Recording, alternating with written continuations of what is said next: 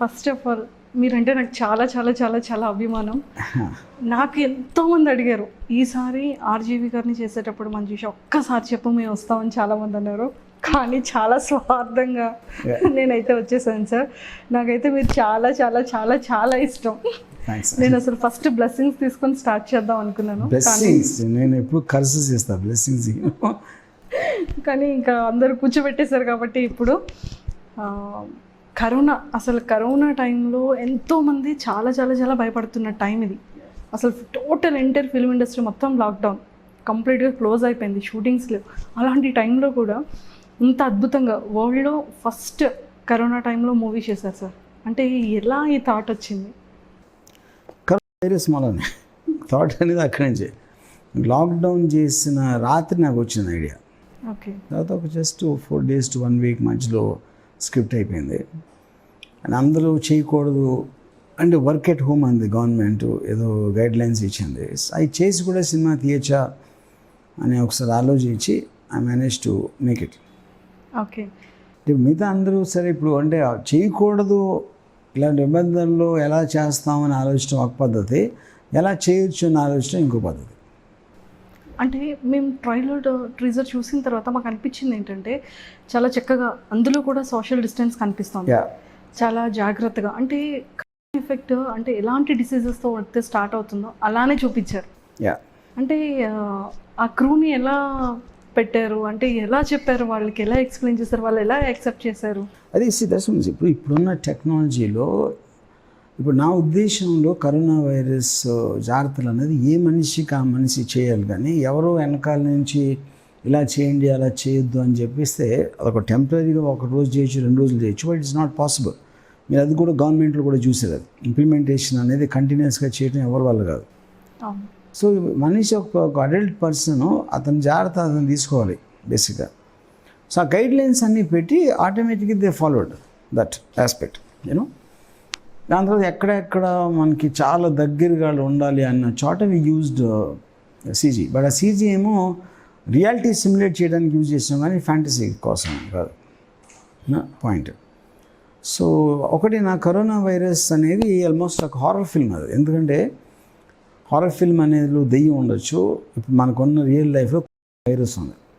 So రెండింటి నుంచి మనకు ఒక హామ, మనకి ఒక ఏదన్నా జబ్బు రావచ్చు, చచ్చిపోవచ్చు, ఇలాంటి భయం ఉంది. కాబట్టి కరోనా వైరస్ ఒక ఇంట్లో వస్తే లేకపోతే వచ్చిందని అనుమానం వస్తే ఆ ఇంట్లో ఫ్యామిలీ మెంబర్స్కి ఏమవుతుంది అనేది కథ బేసిక్గా.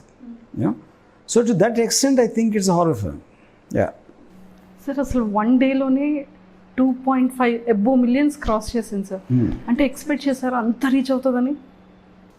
మేబీ అంటే ఇప్పుడు 4 million అయింది నిన్న సాయంత్రం అనుకుంటున్నా సార్. 1 dayలో అంటే అసలు అది ఇమేజ్ అసలు ఐ థింక్ ఇట్స్ ఒకటి టాపికల్, రెండోది అంత బ్లాక్ హ్యాండ్గా చెప్పడం, లాక్డౌన్ పీరియడ్లో తీసాను అని చెప్పడం, మూడోది ప్రతి ఒక్కళ్ళ మైండ్లో ఇష్యూ ఉంది ఇప్పుడు ఎక్కడ చూసినా సరే. సో అది ఆటోమేటిక్గా దానికి ఒక ఏముంటుందని అట్రాక్షన్ వస్తుందని నేను అనుకున్నాను. బట్ డెఫినెట్లీ నేను అనుకున్న దానికన్నా ఎక్కువ వచ్చింది.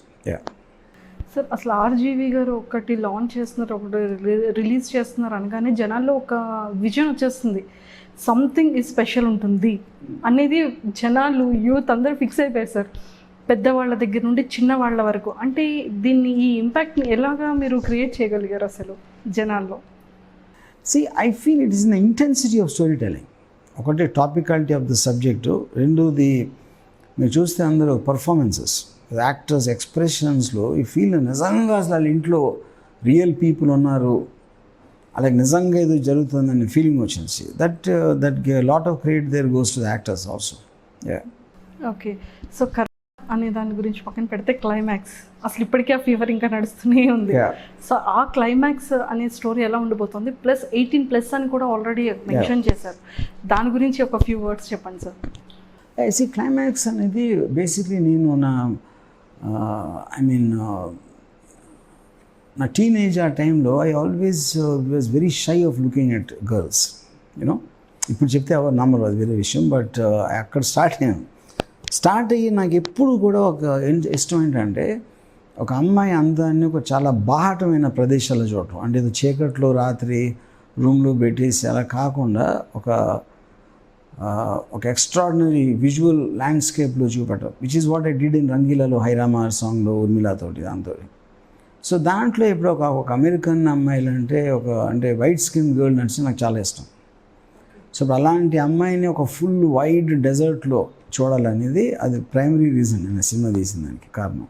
ఓకే, అంటే మాకు ట్రైలర్ చూసిన తర్వాత అనిపించింది ఏంటంటే న్యూలీ మ్యారీడ్ కపుల్ ఎవరైతే ఉంటారో వాళ్ళకి వచ్చే 1 year ఆ టైంలో వాళ్ళు ఫేస్ చేసే కొన్ని ప్రాబ్లమ్స్ ఏవైతే ఉంటాయో అది కనిపించింది మాకు. ఉందంటే అంటే న్యూ కపుల్ అనేది కరెక్ట్ అది, but they come on a trip to a land and something చాలా బిజార్ స్ట్రేంజ్ ఎక్స్పీరియన్స్కి లోన్ అవుతారు. And it's a very weird horror film in a sense. Horror సినిమాలు ఎప్పుడు కూడా మనకి చీకట్లో, లేకపోతే ఒక పాడుబడ్డ బంగ్లాలో, లేకపోతే కొండ మీద ఒక ట్రావెలర్స్ బంగ్లా ఉంది, ఇలాంటివి చేస్తూ ఉంటారు. డెజర్ట్ అనేది మీ కన్ను చూపు ఎంత చూస్తే అంత కనిపిస్తుంది ఒకటి. రెండోది బ్రాడ్ డే లైట్లో డెజర్ట్లో హారర్ ఫిల్మ్ తీయటం అనేది నాకు తెలిసి climax is the first film. Okay, so ఇది మేము చూస్తున్న షేడ్స్ అన్నీ కూడా హాలీవుడ్కి కనెక్ట్ అయ్యేటట్టు ఉన్నాయి సార్. ఏమైనా అలా ఉండబోతుందా? అంటే హాలీవుడ్లో కూడా నాకు తెలిసి డెజర్ట్లో హారర్ ఫిల్మ్ అనేది ఎప్పుడు రాలేదు. So that is the first of its kind, you know. And suspense thriller అట్లా it is bordering on horror. ఎందుకంటే ఒక certain kind of a supernatural, అంటే ఎందుకంటే నాకు అర్థం అవుతుంది what is happening to them అనేది ఆ సిచ్యువేషన్లో. అండ్ ఇప్పుడు దాంట్లో అంటే ఆ కైండ్ ఆఫ్ ఎ కాంటెక్స్లో నియమాలకు అందాలు చూపించడం అనేది నా ప్రధాన కార్యక్రమం ఆ సినిమాలో. అప్పుడు మీరు అమ్మాయి పరిగెడతా ఉంటే టెన్షన్లో కొంతమంది పరిగెడుతున్నప్పుడు ఎవరు పరిగెత్తేస్తున్నారని చూడవచ్చు, కొంతమంది సినిమా వదిలేసి అమ్మాయి లెగ్స్ చూడవచ్చు. సో వాళ్ళు రకరకాల వేరే వాళ్ళు వేరే చూస్తారని అనుకుంటున్నాను. యా సార్, ఇప్పుడు ఇది జిఎస్టీ ఉంది, జిఎస్టీకి రిలేటెడ్ ఏమైనా ఉంటుందా? Not at all. GST like A short documentary about women sexual view points. దానికి దీనికి సంబంధం లేదు. సార్, జిఎస్టీ వచ్చే టైంలో జిఎస్టీ తీసేశారు, కరోనా టైంలో కరోనా తీశారు. అసలు ఇంత ఫాస్ట్గా టెక్నాలజీ కన్నా చాలా ఫాస్ట్గా. See, one is I work all the time and I take decisions very fast. ఇప్పుడు చాలామంది ఎంత ఫాస్ట్గా ఎట్లా పనిచేస్తాను అంటే నేను ఫాస్ట్గా పనిచేయను, వేరే వాళ్ళు స్లోగా పనిచేస్తాను. So there is a fundamental difference there. Sir, ఎవరికి కూడా ఈ లాక్డౌన్ టైంలో ఏదైనా పని చేయొచ్చు, క్లీన్ చేయొచ్చు, దాని మీద చేసేయచ్చు, డాక్యుమెంటరీ కానీ సిరీస్ కానీ షార్ట్ ఫిలిమ్స్ కానీ అని ఎక్స్పెక్ట్ చేశారు, కానీ దీనిపైన ఈ రకంగా కూడా చేయొచ్చు అని ఎవరు అనుకోలేదు. అలాంటిది మీరు అతి తొందరలో అతి చక్కగా మీరు ఈ రిలీజ్ చేస్తున్నారు. సో మీకు ఎలా అనిపించింది, అంటే ఎలాంటి కామెంట్స్ చూసారు మీరు? అంటే జనరల్గా ఎవ్రీబడి షాక్డ్. అసలు ఈ టైంలో అంత క్వాలిటీతో ఒక సినిమా తీయచ్చు అనేది ఎవరికి అసలు అర్థం కావట్లేదు. ఇంకోటి ఏంటంటే నేను యూనియన్ మెంబర్స్ని అసలు యూజ్ చేయలేదు. ఎందుకంటే ఇవాళ ఉన్న టెక్నాలజీలో ఒకప్పుడు ఉట్టి ఫిల్మ్ ఇండస్ట్రీ వాళ్ళ దగ్గర ఉండి ఇలాంటి ఎక్విప్మెంట్ కానీ ప్రొఫెషనల్స్ అని చెప్పేది, లైట్ బాయ్స్, కెమెరా అసిస్టెంట్లు. సో ఇప్పుడు ఆ టెక్నాలజీ ప్రతి ఒక్కరి చేతిలో ఉంది. if they want it. So I only took those people into the unit. గ్రాఫిక్స్ని కూడా యూజ్ చేసి డిస్టెన్స్ కొన్ని చోట్ల అవసరమైన చోట్ల అంటే బాగా దగ్గరగా ఉన్న దాంట్లో అంటే వెరీ ఓల్డ్ టెక్నిక్స్ అవి కూడా డబుల్ రోల్ సినిమాల్లో అట్లా చేసేవారు. అంటే చాలా extremely simple in camera techniques అవన్నీ.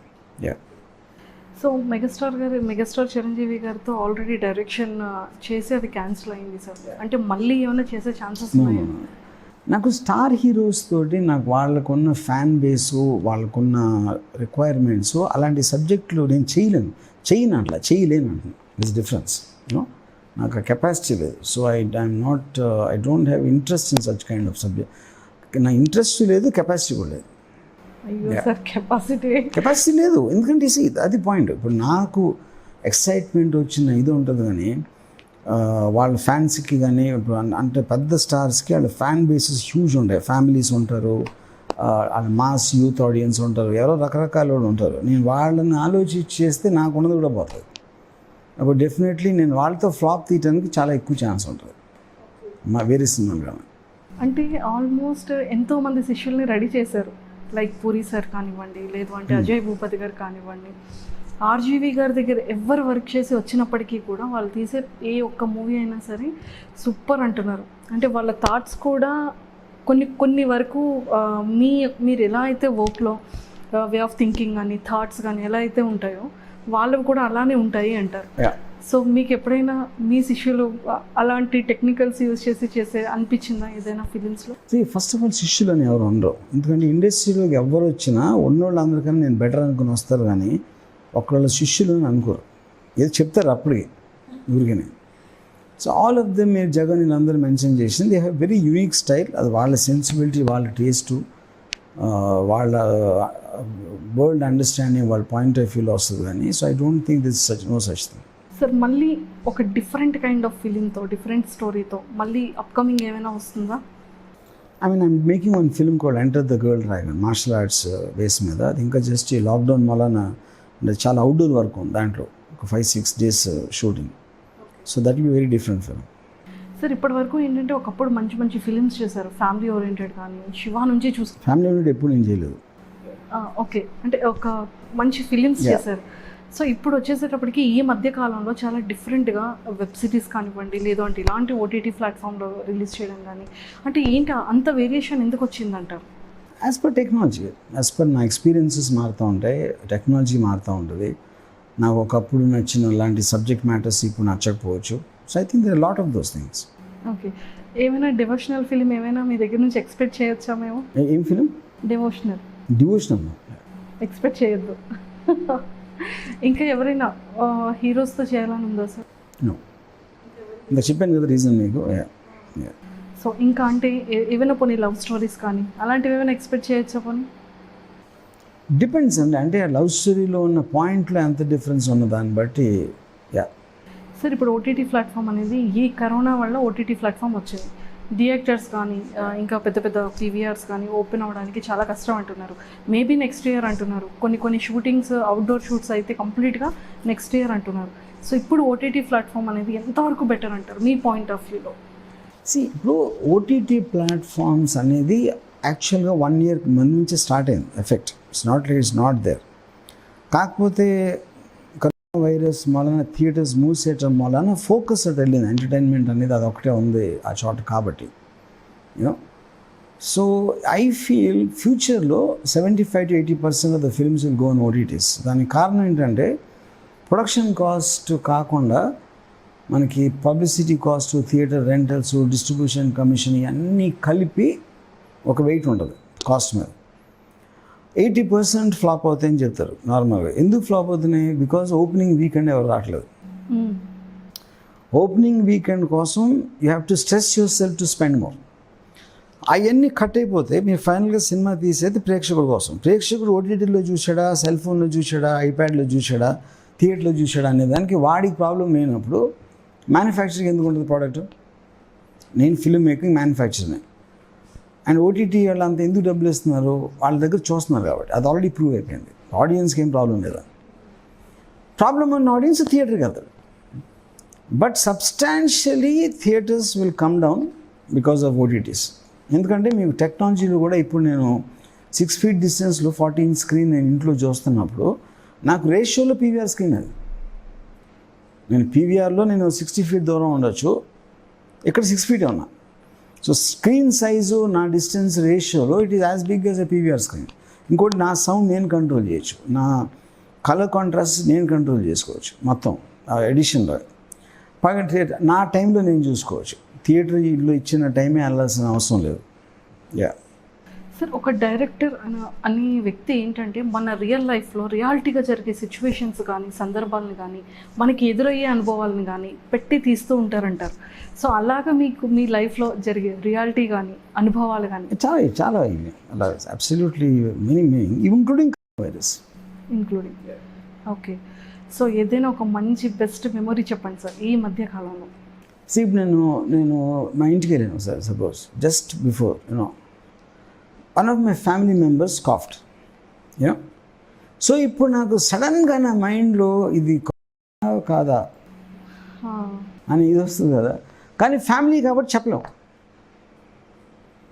సో అది ఆ ఫియర్ అనేది అంతకుముందు రిలేషన్షిప్స్ అని మార్చేస్తుంది.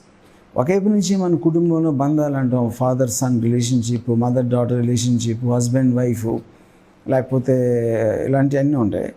కానీ వెనకాల ఎక్కడో మనకే ఆపద వచ్చేది అనేది ఒక చాయిస్ మీరు తీసుకోవాల్సి వచ్చినప్పుడు ఈ బంధాలన్నీ ఎగిరిపోతాయి. ఎందుకంటే fear of death is far more than love of another human being.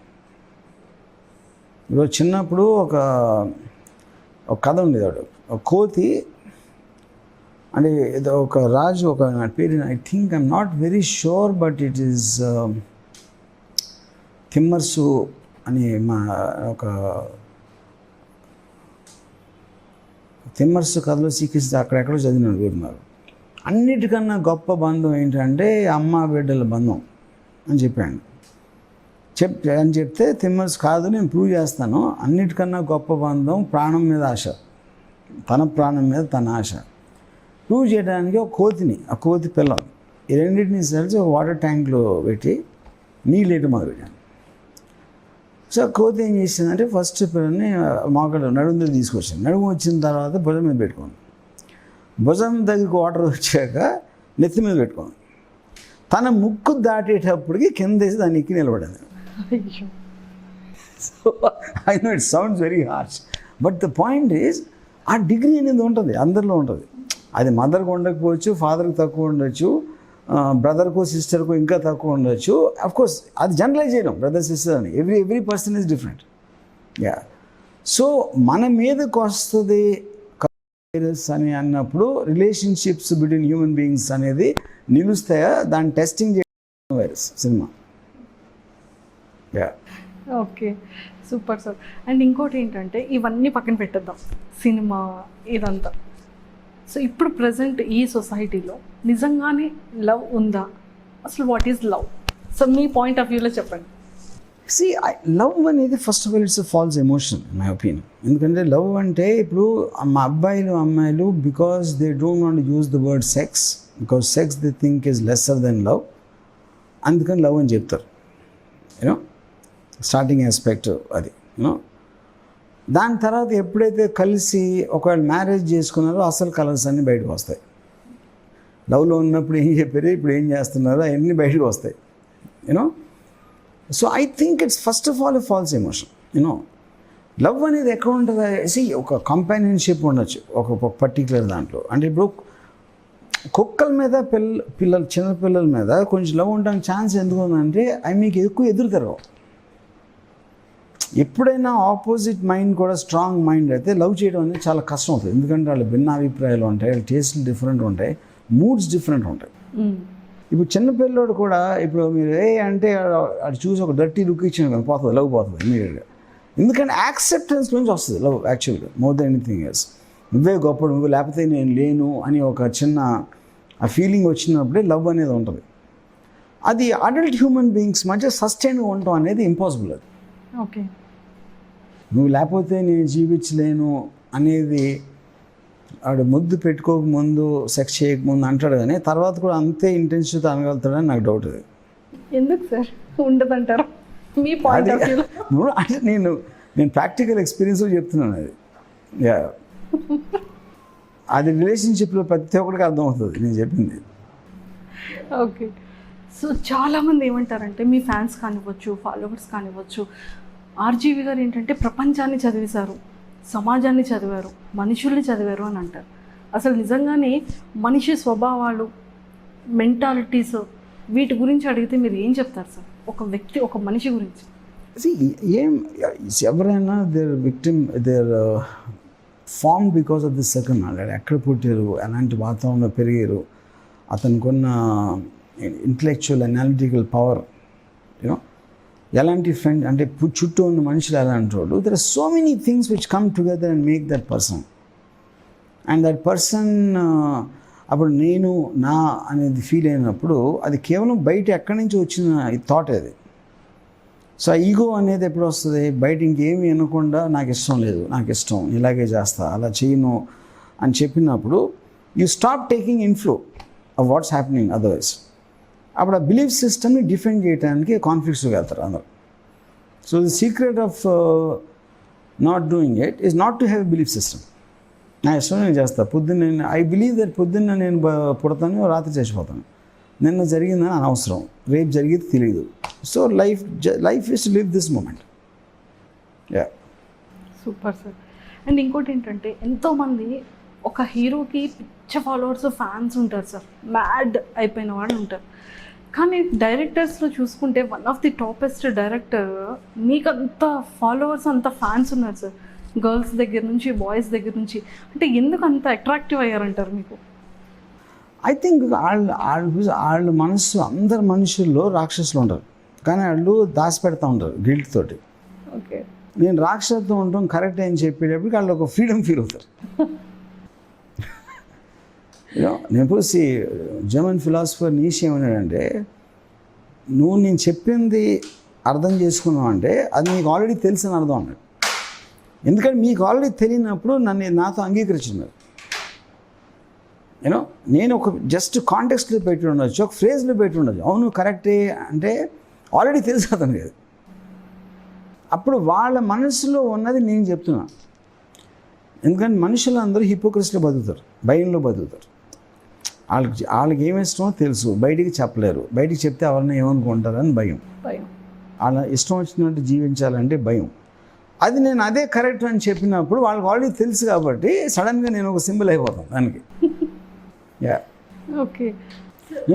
For example నేను నాకు ఎవరో ఒక ఐఏఎస్ ఆఫీసరు నాకు పెద్ద ఫ్యాన్ అని ఎవరు చెప్పారు. నేను ఐఏఎస్ ఆఫీసర్ నేను కేర్ చేయను, ఎందుకంటే చదువుకునే వాళ్ళు అందరూ చదువు లేని వాళ్ళ దగ్గర పనిచేస్తారని చెప్పారు. So I'm not impressed with people who study. Back benchers become the most successful, ఎందుకంటే ఆ లైఫ్ ఎక్స్పీరియన్సెస్ చదువుతారు, వీళ్ళేమో పుస్తకాలు చదువుతారు. అందుకని చదువుకోవడం అనేది పెద్ద టైం వేస్ట్ అని చెప్తాను. అది టైం వేస్టే కాదా అని పక్కన పెడితే 90% చదువు ఇష్టం ఉండదు, వాళ్ళందరికీ నేను ఇష్టం అవుతాను. ఎందుకంటే వాళ్ళు చేసేది నేను సపోర్ట్ చేస్తున్నాను కాబట్టి. Excellent sir. టీచర్స్ గురించి చెప్పాను నేను. ఈ ప్రపంచంలో ఇంతవరకు ఒక టీచర్ పైకి వచ్చిన ఇన్సిడెంట్ లేదు. ఇప్పుడు వాళ్ళు ఏంటి మాకు పాఠాలు చెప్పేది? ఇప్పుడు గురువు దేవో భవ అంతకన్నా బూత్ ఉంటుంది ఎక్కడైనా. గురువు ఏం చెప్తాడు? ఇప్పుడు ఎంతవరకు చెప్పేది ఎంటర్ప్రెన్యూర్షిప్లో డాక్టర్స్ ఏదో అవుతారు, ఇంజనీర్స్ అవుతారు, ఫిల్మ్ మేకర్స్ అవుతారు, పొలిటికల్ లీడర్స్ అవుతారు. కానీ ఒక టీచర్, సక్సెస్ఫుల్ టీచర్ అనేది మనిషి లేడు అసలు, మొత్తం ప్రపంచంలో లేడు. యా సార్, అసలు మీరు బేసిక్గా ఎలాంటి వ్యక్తులని లైక్ చేస్తారు? కొన్ని అదైనా చెప్పండి సార్. నేను I like people who just say what they feel like. నా who can challenge my thinking, who can counter my thinking. అప్పుడు నాకు స్టిమ్యులేట్ అవుతాను, ఎక్సైట్మెంట్ దాంతో. ఓకే, అలాంటి సందర్భాల్లో అంటే ఈ మధ్యకాలంలో ఈ వ్యక్తిని లైక్ చేశాను, నాకు ఇది నచ్చింది అని అనిపించే వ్యక్తి ఎవరైనా? ఈ మధ్య నాను మేబీ మన ఫార్మేటివ్ ఇయర్స్లో కొంతమందిని కలిసాను, but not in present times. But having said that, నేను డాక్యుమెంటరీస్ చాలా ఎక్కువ చూస్తాను. డాక్యుమెంటరీస్లో I find lot of people, అంటే అది నాలెడ్జ్ కాకుండా దాన్ని అనలైజ్ చేసే పవర్ ఉన్న థింకర్స్ చాలామంది నేను స్టడీ చేస్తాను. ఓకే సార్, అందరికీ తెలుసు వాట్ ఈజ్ యువర్ అనేది, కానీ మీ గురించి మీరు చెప్పాలంటే ఏం చెప్తారు? నా గురించి I think I'm just a guy who has a ball in life. Now I believe that the only two things which matter in life are power and sex. మొత్తం అన్ని టైం పాస్ మిగతా అన్ని. పవర్ అండ్ సెక్స్కి ఉన్న ఒక emotion కానీ, ఒక will కానీ, ఒక మోటివేషన్ కానీ, వేరే ఎమోషన్స్ అనేవి ఉండవు. So I believe they are far superior to God, family values, patriotism, ఏదైతే మనకి గొప్ప వాల్యూస్ అని బోధిస్తారో వాటన్నిటికన్నా వీటిని నేను ఎక్కువ రెస్పెక్ట్ చేస్తాను. Yeah, super sir.